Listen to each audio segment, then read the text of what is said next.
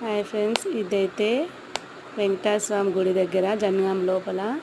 ఈరోజు మా పెళ్లి రోజు సందర్భంగా మేము అక్కడ గుడికి వెళ్ళాము.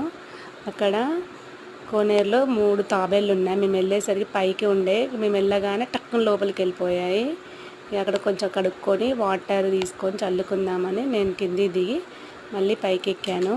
తర్వాత ఒకసారి ఓవరాల్ వ్యూ అంతా చూసాను గుడి, మీరు కూడా చూసేయండి.